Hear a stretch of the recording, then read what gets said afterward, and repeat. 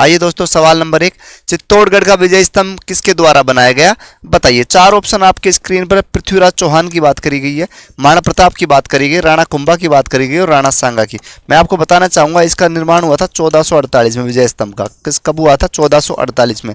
किसने करवाया था? तो सुने आप लोग। एक युद्ध हुआ था महमूद खिलजी और आपके वर्सेज महाराणा कुंभा। इसको युद्ध का नाम दिया गया सारंगपुर का युद्ध। कौन सा युद्ध? सारंगपुर का युद्ध या मालवा का युद्ध। संयुक्त सेना को हराया था गुजरात की और मालवा को महाराणा कुंभा ने, ध्यान रखें, 1437 में। इसी उपलक्ष्य में, इसी खुशी में निर्माण करवाते हैं विजय स्तंभ का चित्तौड़ के अंदर राणा कुंभा। कौन करवाता है? राणा कुंभा आपका निर्माण करवाते हैं इस दुर्ग का। तो नोट करेंगे, राइट आंसर आपका रहेगा राणा कुंभा दोस्तों। ओके दोस्तों, सवाल नंबर 2 पर चलें क्या? ये लीजिए सवाल नंबर 2 पर।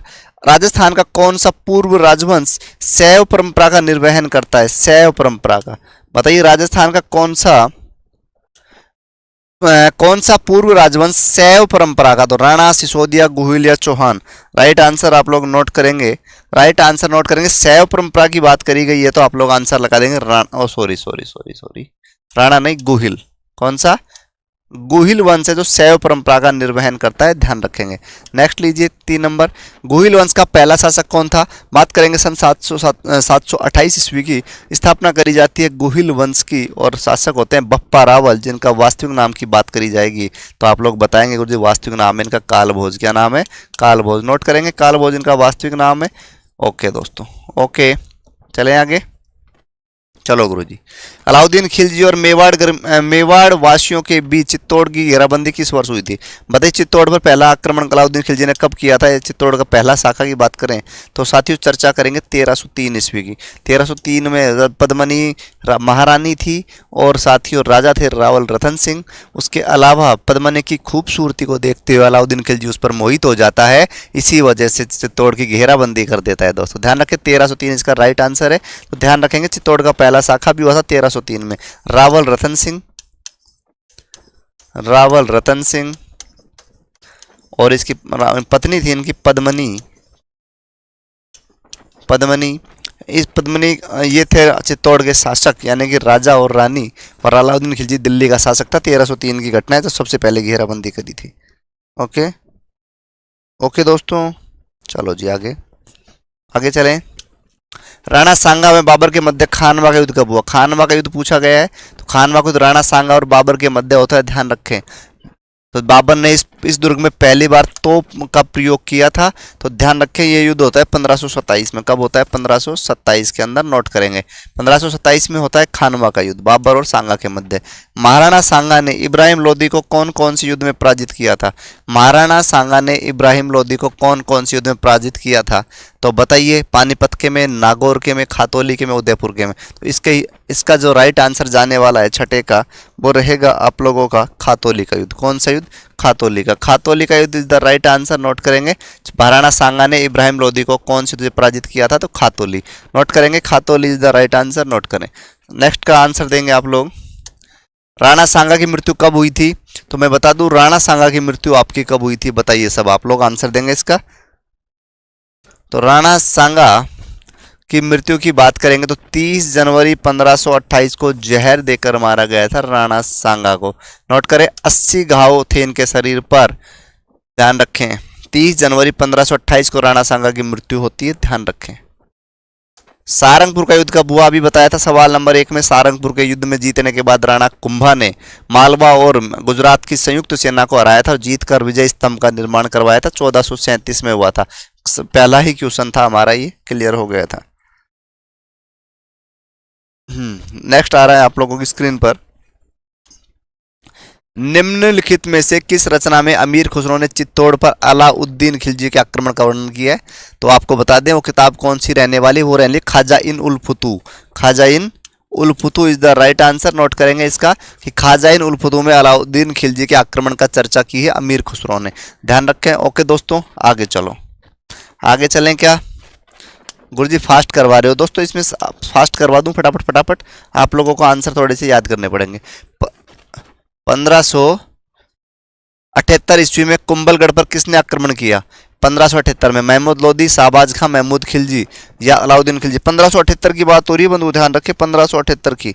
1578 में आपको पता होगा शाहबाज खां जो अकबर का सेनापति था वो हमला करता है कुंभलगढ़ पर। ध्यान रखें तो शाहबाज खां कहीं ऑप्शन में दिख रहा है क्या? दिख रहा है गुरुजी, नोट करें। हल्दी घाटी के युद्ध के बाद भी अभियान भेजे थे अकबर ने जिसमें शाहबाज खां सेनापति के रूप में जाते हैं, 1578 में हमला करते हैं कुंभलगढ़ पर। ओके, नेक्स्ट, महाराणा प्रताप का दरबारी पंडित कौन था? दरबारी पंडित पूछा है, चंद्रधर, रामचरण, चंद्रमौलिक मिश्र या चक्रपाणि मिश्र? आंसर दीजिए दोस्तों, आंसर दीजिए आप लोग। तो दरबारी पंडित की बात करी जाएगी महाराणा प्रताप के शासनकाल में। महाराणा प्रताप का दरबारी पंडित तो Chakrapani Mishra is the right answer, note करेंगे। चक्रपाणि मिश्र इसका सही उत्तर रहने वाला है 11 नंबर का। 12 नंबर का आंसर दीजिए। प्रताप के शांतिपूर्वक अधीनता स्वीकार कराने के लिए अकबर ने अंतिम शिष्टमंडल किसके नेतृत्व में भेजा? बात करेंगे सन 1572 की। बात करेंगे सन 1572 के अंदर प्रताप शिष्टमंडल की शुरुआत करते हैं। 1572, फिर 1573, फिर 1573 और फिर 1573। 3 लोग 1573 में, 1572 में। एक ट्रिक मैं याद रखता हूँ हमेशा, JMBT, ध्यान रखेंगे। 1572 की बात करेंगे दिसंबर, उसके बाद बात करेंगे आप लोगों का जून के बाद सितंबर, सितंबर के बाद दिसंबर। ध्यान रखें सबसे पहले जे मतलब जलाल खां जाता है, जलाल खां, ये ट्रिक से याद करवा रहा हूं। एम का मतलब है मानसिंह, बी का मतलब है आपका भगवंत दास, कछुआ वंश का शासक। उसके बाद टी का मतलब है टोडरमल। तो सबसे अंतिम कौन गया था? अंतिम पूछा है ना, बताएंगे गुरुजी। अंतिम कौन गया था? टोडरमल। टोडरमल आपका राइट उत्तर रहने वाला है। तो याद कर लीजिए JMBT, JMBT के ट्रिक से आप लोग याद कर सकते हैं इस क्वेश्चन का आंसर। ये लीजिए नेक्स्ट, महाराणा प्रताप की जन्म स्थली। महाराणा प्रताप का जन्म कहाँ हुआ था? बात करेंगे गुरुजी, महाराणा प्रताप का जन्म हुआ था कुंभलगढ़ दुर्ग में। कुंभलगढ़ दुर्ग में जाएंगे तो साथियों आपको मिलेगा ऊपर कटारगढ़ दुर्ग, और कटारगढ़ दुर्ग के अंदर भी महल मिलेगा, मर्दाना और जनाना 2 महल। तो जनाना महल के अंदर कुंभलगढ़ दुर्ग में जन्म हुआ था, कटारगढ़ महल में, कुंभलगढ़ दुर्ग के कटारगढ़ महल में महाराणा प्रताप को। तारीख कितनी थी गुरुजी बताइए आप लोग कमेंट्स में, तारीख बताइए, बताइए महाराणा प्रताप का जन्म कब हुआ था? सब लोग कमेंट्स करेंगे दोस्तों, मैं लगातार आप लोगों के लिए बताइए। 1540 में हुआ था, लेकिन तारीख कितनी थी बताना, नहीं बता पाओगे क्या? चलो मैं ही बता देता हूँ, 9 जनवरी ध्यान रखना दोस्त, सॉरी 9 मई ध्यान रखना दोस्तों। क्या बात है, मैं ही कंफ्यूज हो गया क्या? कब हुआ था महाराणा प्रताप का जन्म? बताइए, बताइए मित्रों। अच्छा जी, बताइए।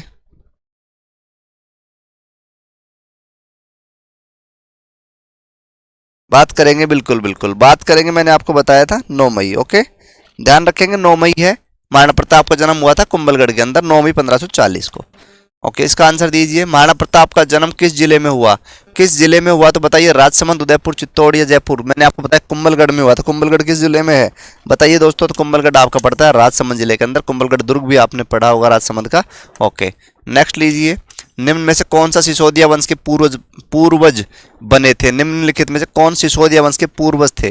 राणा उदय सिंह प्रथम, राणा प्रताप सिंह, राणा कुंभा या राणा हमीर? सिसोदिया वंश के पूर्वज पूछा है, तो पूर्वज की बात करेंगे तो Rana Hamir is the right answer, note करेंगे। ओके, महाराणा प्रताप ने चावंड को अपनी राजधानी बनाया जो मेवाड़ की राजधानी थी। महाराणा प्रताप ने चावंड को अपनी राजधानी बनाया था जो मेवाड़ की राजधानी रहा, कब बनाया था ये पूछा है दोस्तों, बताइए। नहीं, ये पूछा है कि कब तक रही चावंड राजधानी, बताइए दोस्तों, बताइए।